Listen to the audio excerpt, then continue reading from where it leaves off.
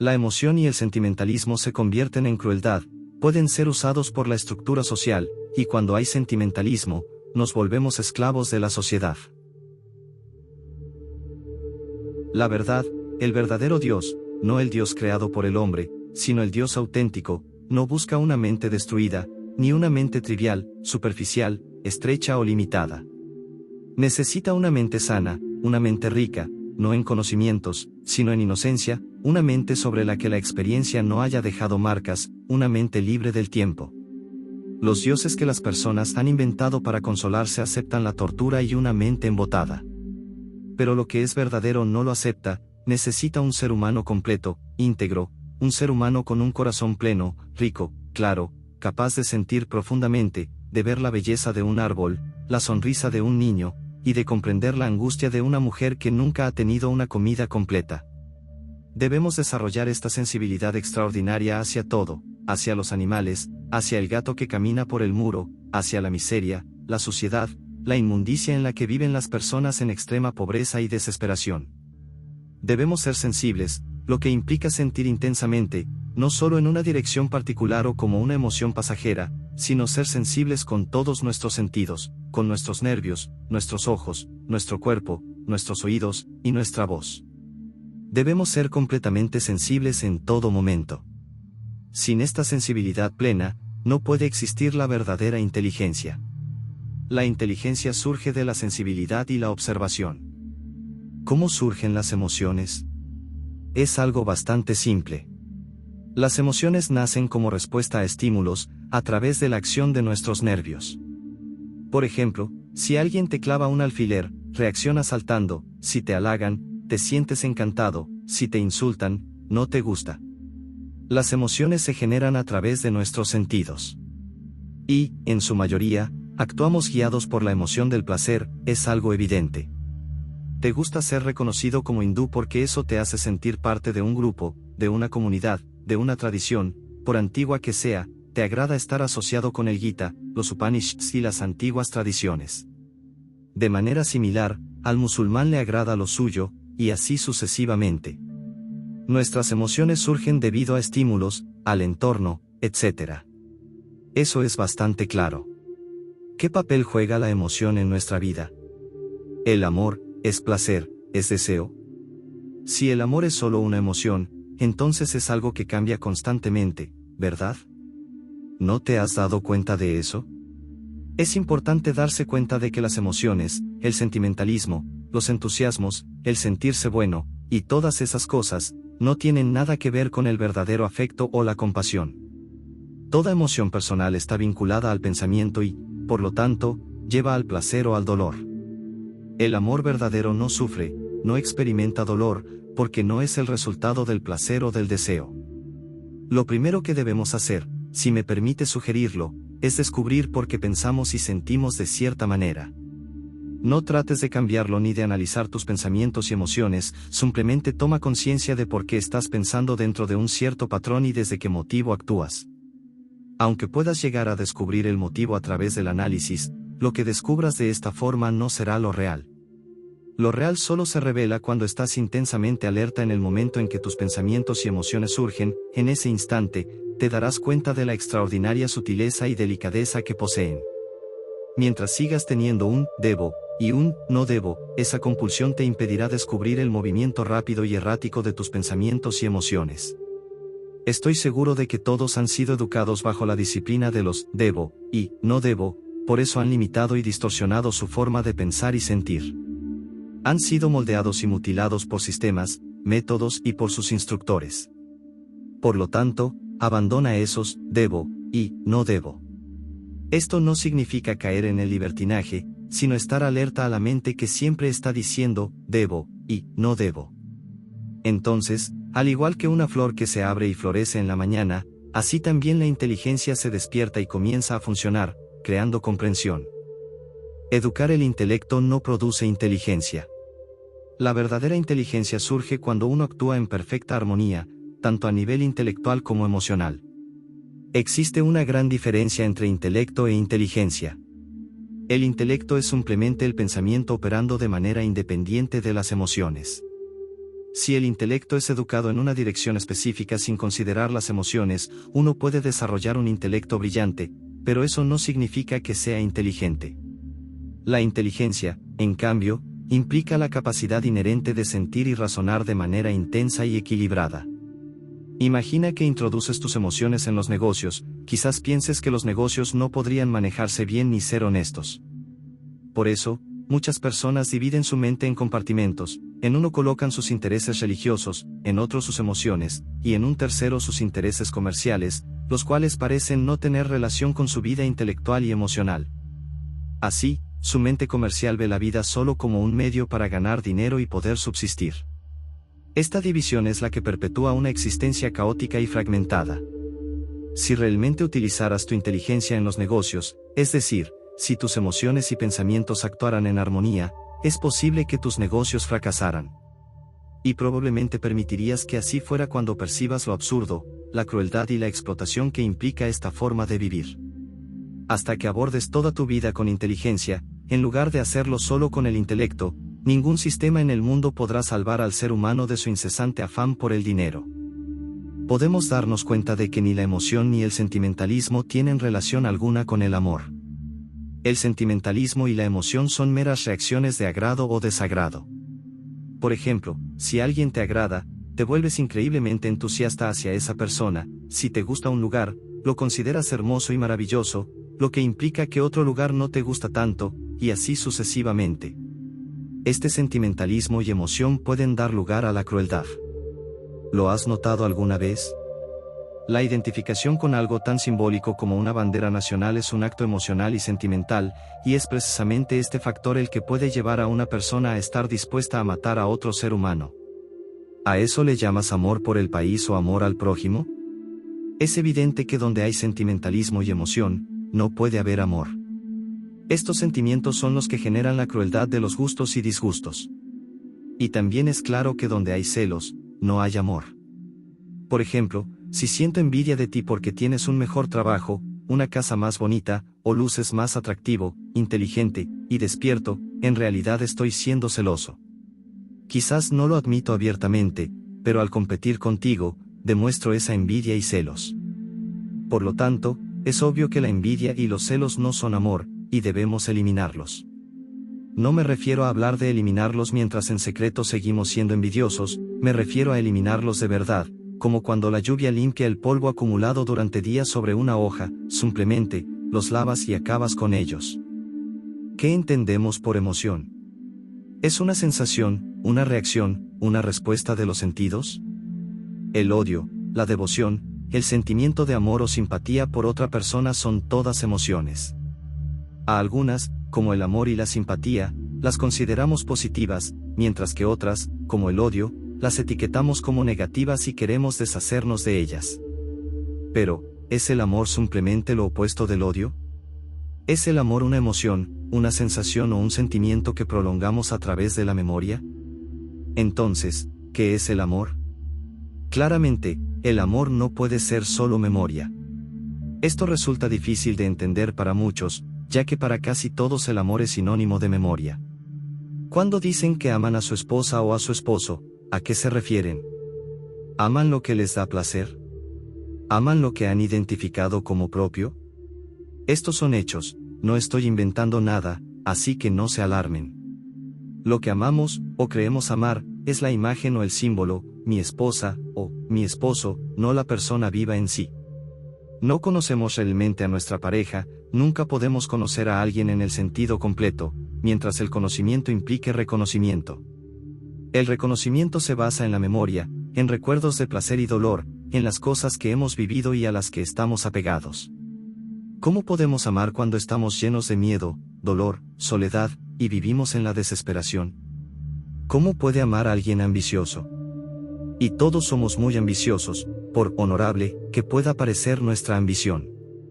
Para realmente descubrir qué es el amor, debemos liberarnos del pasado y de todas nuestras emociones relacionadas con el bien y el mal. Debemos hacerlo sin esfuerzo, como nos desharíamos de algo venenoso, porque entendemos las implicaciones de ello. En el mundo moderno, lleno de problemas, es fácil perder la grandeza de sentimiento. Por sentimiento, No me refiero al sentimentalismo, al emocionalismo o a la mera excitación, sino a una calidad profunda de percepción, la capacidad de escuchar el canto de un pájaro posado en un árbol, el movimiento de una hoja bajo el sol. Sentir las cosas con grandeza, de manera profunda y aguda, es muy difícil para la mayoría de nosotros debido a la cantidad de problemas que enfrentamos. Todo parece convertirse en un problema, y aparentemente, no hay fin a los problemas humanos, lo que lleva a una disminución en nuestra capacidad de sentir. Cuando hablo de sentimiento, me refiero a la apreciación de la curva de una rama, la escualidez o suciedad del camino, y la sensibilidad hacia el dolor de otros. Me refiero a estar en éxtasis ante una puesta de sol. Estas experiencias no son meras expresiones de sentimentalismo o emociones pasajeras. La emoción y el sentimentalismo pueden convertirse en crueldad y ser utilizados por la estructura social. Cuando estamos atrapados en el sentimentalismo, nos convertimos en esclavos de la sociedad. En cambio, uno debe cultivar grandes sentimientos. Sentir la belleza, apreciar una palabra, notar el silencio entre dos palabras, y escuchar claramente los sonidos, todo esto genera profundidad en nuestro sentir. Tener sentimientos intensos es esencial, porque solo al sentir con profundidad y grandeza, la mente se vuelve altamente sensible. No existe sentimiento sin pensamiento, y detrás del pensamiento está el placer. Por lo tanto, el placer, la palabra, el pensamiento y el sentimiento están interconectados, no están separados. La observación pura, libre de pensamiento, sentimiento o palabra, es energía. Esta energía se disipa debido a la palabra, la asociación, el pensamiento, el placer y el tiempo. Como resultado, falta energía para una observación genuina y clara. ¿Qué es el sentimiento? El sentimiento es una forma de respuesta, similar al pensamiento, que se manifiesta como una sensación. Por ejemplo, al ver una flor, puedo sentir agrado o desagrado. Este agrado o desagrado está determinado por mi pensamiento, el cual a su vez se basa en la memoria. Así, digo, esa flor me agrada, esa flor no me agrada. ¿Está el amor relacionado con el sentimiento? El sentimiento es una sensación que involucra agrado o desagrado, lo bueno o malo, el buen gusto, etc. Pero, ¿tiene el amor alguna relación con el sentimiento? Considere su entorno, cómo vive, cómo se siente, cómo habla. Observe también los ídolos que adora. En algunos sistemas de pensamiento, la pasión se reduce a un mero deseo sexual, por lo que se niega y rechaza. Al hacer esto, eliminan el amor, porque asocian la sensación con la esclavitud del deseo sexual y, por ende, la rechazan. Para comprender completamente el sentimiento, debe entenderse en su totalidad, no de manera parcial. Solo cuando pueda apreciar la belleza de un árbol, de una sonrisa, del sol poniéndose tras los muros de la ciudad, y ver esta belleza en su totalidad, sabrá que es el amor. Cuando uno observa un sentimiento, como los celos, surge una contradicción si se mantiene un observador separado del sentimiento. En este caso, el observador, el sensor o el pensador está apartado del sentimiento, y éste se percibe como algo externo a uno mismo. A menudo, tratamos de cambiar o justificar los celos, lo cual implica una entidad separada que evalúa el sentimiento. Este observador, al estar separado del sentimiento, puede hacer que el sentimiento de celos persista, ya que no lo entendemos completamente.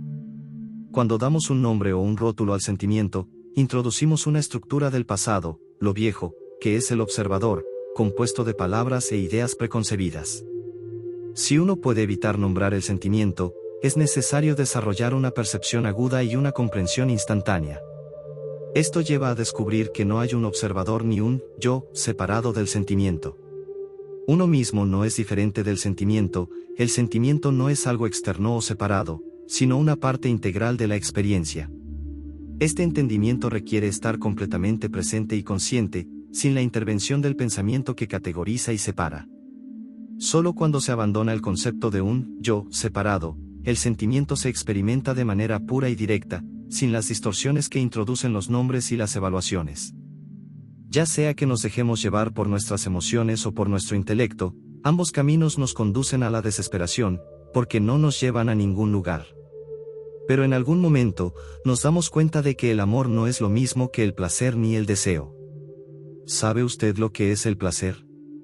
Es cuando observa algo o siente algo, y luego, al pensar en ese sentimiento y al querer prolongarlo constantemente, experimenta placer. Desea que ese placer se repita una y otra vez. Por ejemplo, cuando una persona es muy ambiciosa, o incluso solo un poco ambiciosa, eso le causa placer. Cuando alguien busca poder, posición o prestigio, ya sea en nombre de su país o de una idea, también siente placer.